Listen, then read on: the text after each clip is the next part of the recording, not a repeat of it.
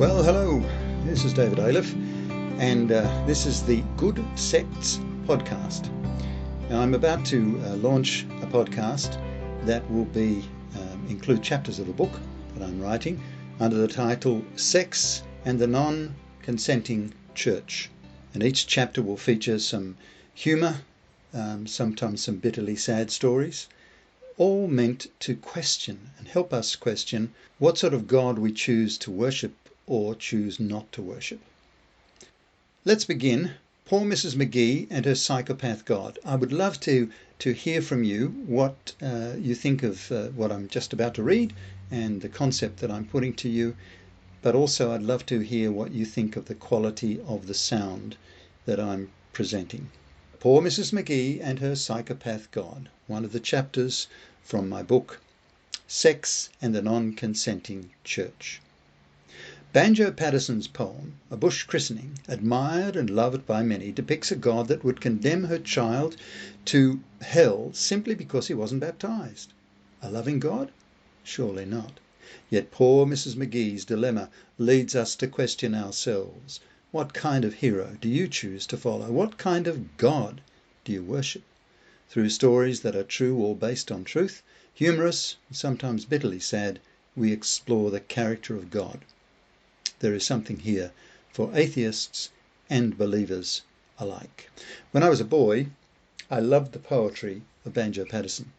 Part of the reason for that was my father, who loved the poetry of Banjo Paterson. He'd quote from the banjo's poems that he'd had to learn by rote at school, and he'd also quote from Shakespeare. But Banjo Paterson's poems really, really touched me, and I knew what page each poem appeared on. For example, page 10 in my well-thumbed paperback copy of one collection, you could find Clancy of the Overflow. So here, then, is a Bush Christening. On the outer Barcoo, where the churches are few and men of religion are scanty, on a road never crossed, except by folk that are lost, one Michael McGee had a shanty. Now this Mike was the dad of a 10-year-old lad, plump, healthy and stoutly conditioned. He was strong as the best, but poor Mike had no rest. For the youngster had never been christened, and his wife used to cry, "If the darlin' should die, St. Peter would not recognise him." But by luck he survived, till a preacher arrived, who agreed straight away to baptise him. Now the artful young rogue, while they held their collogue, with his ear to the keyhole was listening, and he muttered in fright, while his features turned white, "What the divil and all is this christening?" He was none of your dolts. He'd seen them brand colts, and it seemed to his small understanding, if the man in the frock made him one of the flock, it must mean something very like branding. So away with a rush he set off for the bush, while the tears in his eyelids they glistened. "'Tis outrageous," says he, "to brand youngsters like me. I'll be dashed if I'll stop to be christened." Like a young native dog he ran into a log, and his father, with language uncivil, never heeding the priest, cried aloud in his haste, "Come out and be christened, you devil!" But he lay there as snug as a bug in a rug, and his parents in vain might reprove him, till his reverence spoke.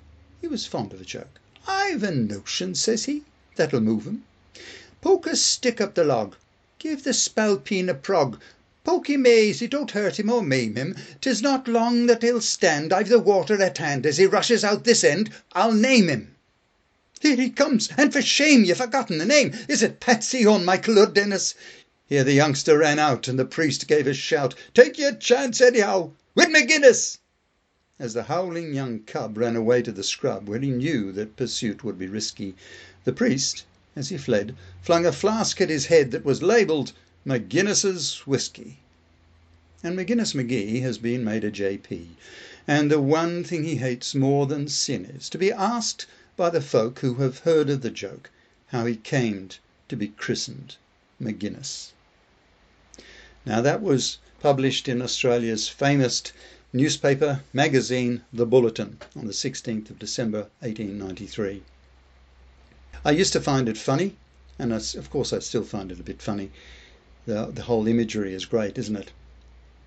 But the concept of a God that would condemn a child simply because he wasn't christened. Well, if that is a real God, that God to me is a psychopath God. When I was a boy, I also went to church with my mother, and I remember being taught, probably at a very young age, about God and the need to be saved.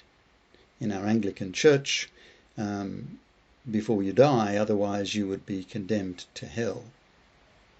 It had a profound effect on me, and I remember going to sleep at night, crying myself to sleep as I pleaded with God over my parents, who I was convinced were not saved and would end up in hell were they to die that night. Again, what kind of God does that depict? And so, let me ask the question, what kind of hero do you choose to follow? What kind of God do you worship? Please let me know in the text, in messages, what you think of what I've just done, the quality of the sound, the quality of the message, and whether it interests you. Thank you very much.